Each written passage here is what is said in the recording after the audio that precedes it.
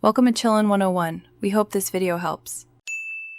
You start by checking Essentials, Windows 11 64-bit, sufficient RAM and disk space, and the latest Windows updates.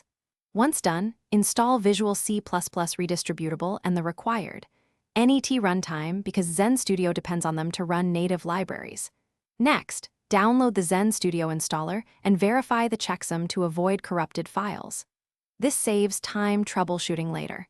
Make sure you're using an admin account. You'll need elevation during install.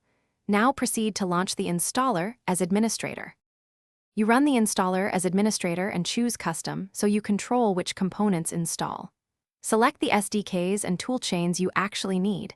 This prevents bloated installs and speeds toolchain discovery. Configure plugin options now. Add only required plugins because too many slow startups. Choose an install path on an SSD if available, and enable creating a desktop shortcut.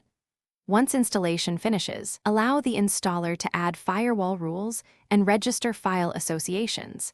That ensures project files open with Zen Studio immediately. You finish by launching Zen Studio and creating or signing into your workspace so settings sync. Once open, update extensions and run a small sample project to confirm toolchain and debugger work. Make sure to configure your preferred compiler path and set temporary build directories if needed.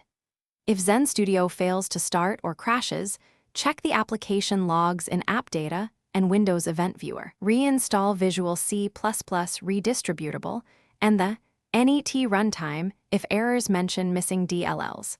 That one trouble. Thanks for watching. Consider subscribing if we helped you.